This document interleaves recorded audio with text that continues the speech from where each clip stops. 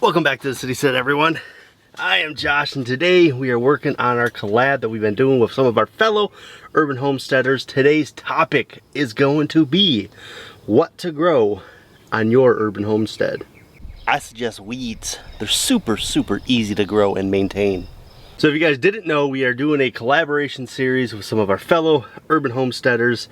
Hey, it's a good life, grow your groceries, and homestead dreamin'.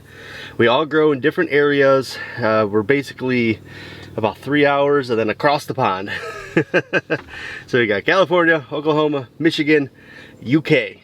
So there's lots of good information, lots of good variety. We've already done a couple of videos into this, so this is the third installment.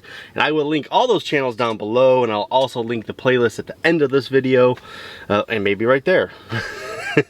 I highly suggest checking it out. It's pretty cool. And today we're going to get into things to grow on your urban homestead, because as you know, if you have an urban homestead, you're limited on space, which could affect a lot of the things that you choose to grow and not grow where you're at.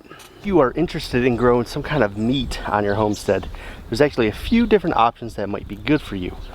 Obviously the number one would be chickens, and it really depends on if your city allows it or not, your area, if you can have chickens or not. That's kind of a city ordinance type of thing. Some cities will allow it, some won't, but chickens are usually the number one, homestead animal in general, but definitely something on an urban homestead, chickens are definitely the most popular. There's a couple other things that might be really popular for protein or meat on your urban homestead, and that would be quail and rabbits. They're both very quiet animals. They're something you could really keep without your neighbors knowing, which would make a big difference in whether or not you can get away with it. I do like to live by the motto of it's easier to ask for forgiveness than it is to ask for permission. So if I was to do something, I would just do it, and then hopefully everybody's okay with it. Obviously if you're in the city, you don't want like roosters because they're super loud and make a lot of noise. That's not going to go over well with any of your neighbors, so I try to be respectful of neighbors and stuff. One of the reasons that we actually don't do any meat here at our Citystead is because of my work schedule with travel and stuff like that. I have to go out of town sometimes.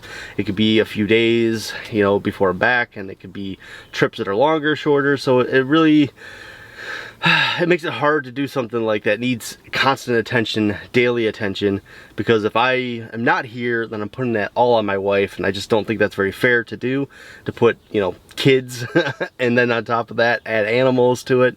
This is a lot of extra work for my wife to have to do on her own, so that's why we don't have any. But there are definitely options out there if you're looking to have meat on your urban homestead. So since we don't have any animals, let's talk about vegetables, because that is what we do the most here. So one of the biggest things when it comes to growing vegetables is growing stuff that you actually eat. There's no sense in growing a bunch of stuff if you don't actually like it. So like my wife was not a huge fan of eggplant, so we didn't really grow eggplant because I was the only one that would eat it. But we did discover a variety that my wife did enjoy,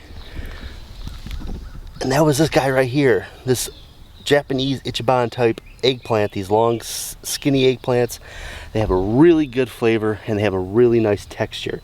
So now we actually grow a bunch of eggplants, but getting the right variety is key for what you're going to grow. Another important thing to think about is spacing. How much space something might take up to how much it actually produces for you. So I don't grow a lot of brassicas like cabbage and cauliflower and broccoli because that one plant for a broccoli head could fit in the same spot that a zucchini plant fits. Now with the broccoli, you're going to get one main head, and then you're going to get maybe a couple little side shoots.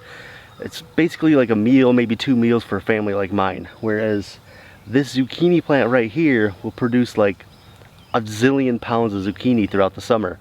And we can use it in many different ways. Zucchini is something that is easy to flavor however you want. We can actually make this into a dessert. Have you ever heard of mock apple pie? I'm telling you, zucchini is a huge thing to grow. I know people get sick of it, but if you think about it and you start thinking about the ways you can change the flavor of the zucchini as opposed to a lot of other vegetables, it's definitely something that is a very important, vital thing in urban homesteading. So sticking with the ideal of space saving, is obviously we use these cattle panel trellises. We have them all throughout the yard, and they're really good at helping things grow vertically. So anything that you can grow upward is going to help you maximize the space that you have. Cucumbers, peas, beans, lots of different squash will actually vine, even watermelon, stuff like that. If you get like a smaller one, it's easier to grow on a big trellis, like the sugar baby ones. Or there's a few different melons, like Kajari melons have a smaller melon. Something you can grow upward would be really, really beneficial for you. If you're interested in adding fruit trees to your urban homestead, there's a lot of different things to consider. Obviously, 40-foot tall trees are going to become a problem in the future. Dwarf trees or semi-dwarf trees are going to be more beneficial, but even beyond that is these things like here. This is a columnar tree, and this is elderberry. We actually have an apple tree also, and these have a growth pattern that's only about 2 or 3 foot around, and then they grow upward. So you're talking about getting production of a tree without taking up a ginormous footprint in your yard. Other things to think about when it comes to fruit would be like small bushes like this. This is a currant bush, and it is absolutely loaded. It produces a ton of fruit. They're not very big in size per each fruit, but there's a lot of it. It's a very, very high producing fruit. It's pretty dang tasty too. Well, if you're doing this more as a hobby, more for fun, you just enjoy gardening, obviously you can do a little different things than somebody who's trying to actually grow a ton of stuff for their family to feed them, to kind of supplement their grocery bills. So if you're growing it for hobby gardening, you might be able to try new things, grow things that are out of your zone a little bit, try to push your boundaries a little bit more. That's something I actually like to do. And then if you're somebody who's trying to grow for maximum production, the things you choose can really make a big difference. Obviously things like beans, zucchini, any kind of squash are things that are really, really going to be super high yield, very big producers. They're going to produce throughout the entire summer. Those are things that you definitely would want to have in your garden. Another thing to think about if you're trying to grow for production, for supplementing your family's grocery bill, would be times that things are ripe. Obviously, if you grow a bunch of stuff and it all ripens at the exact same time, you're not going to be able to can that. So trying to figure out a way to stagger your stuff so that it kind of comes, maybe you get beans for a week, and then you get a lot of tomatoes, and then, you know, obviously squash comes at all times of the year, but you kind of stagger things, so you're thinking about how you're going to plant things to actually be able to take them and then can them for later use. So let's talk a second about things you might be able to do to help produce a little side income for you on your urban homestead. So, you know, I've pointed it out before, we actually started keeping bees. Bees are something that you can do in an urban environment. They don't take up a ton of space, and they can produce that sweet, sweet, sweet, sweet honey. And honey is a pretty high demand thing. It really sells fairly well in most areas. I see honey always for sale, always selling out. My brother does this, and he sells out honey every single year with no issues. So something like keeping bees is a way that you can actually get your urban lot and make you a little income on the side.